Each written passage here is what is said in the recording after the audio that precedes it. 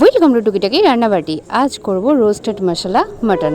একদম খাটুনি নেই, খুব কম খাটুনিতে জাস্ট ম্যারিনেট করে কড়াই বসিয়ে দেবো, তারপর প্রেসারে কয়েকটা সিটি। তো তার জন্য আমি দিয়ে দিলাম পেঁয়াজ, ম্যারিনেশনের জন্য মাটনের উপর দিয়ে দিলাম পেঁয়াজ, আর দেবো রোস্টেড মশলা।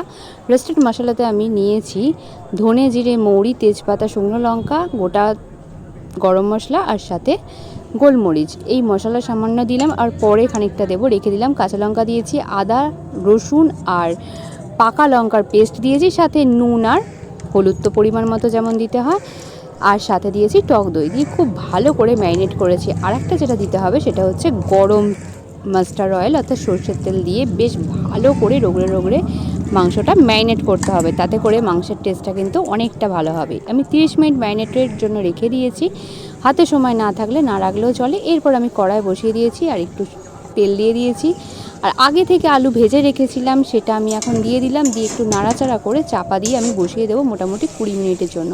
আর মশলা ধোয়া জলটা একটু দিয়ে দিলাম, আর বেশি জল আমি এখানে একদমই ইউজ করব না প্রথম ধাপে। মাংসটা ওদিকে হচ্ছে, ততক্ষণে আমি একটু ঘুরে এলাম, এদের কাছ থেকে কি করছে দেখে এলাম। এতক্ষণে আমার মাটন মোটামুটি রেডি হয়ে গেছে। এটাকে এবার আমি তুলে আবার প্রেসার কুকারে দিয়েছি। আর হ্যাঁ, আলুটা কিন্তু আমি তখন দিইনি, তাহলে আলুর কোনো অস্তিত্বই পাওয়া যেত না। পরে আমি আলুটা দিলাম, সাথে দিলাম আর একটু ভাজা মশলা আর একটু সামান্য ঘি দিয়ে আমি জাস্ট আর একটা সিটি মেরে নেব।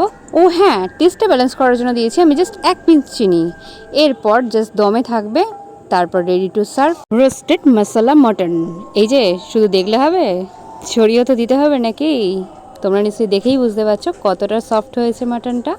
আর হ্যাঁ, যারা এখনও পেজটাকে ফলো করোনি তারা অবশ্যই ফলো করে দিও, আর যারা ইউটিউব থেকে দেখছো তারা অবশ্যই সাবস্ক্রাইব করে দিও। টাটা, দেখা হচ্ছে পরের রেসিপি।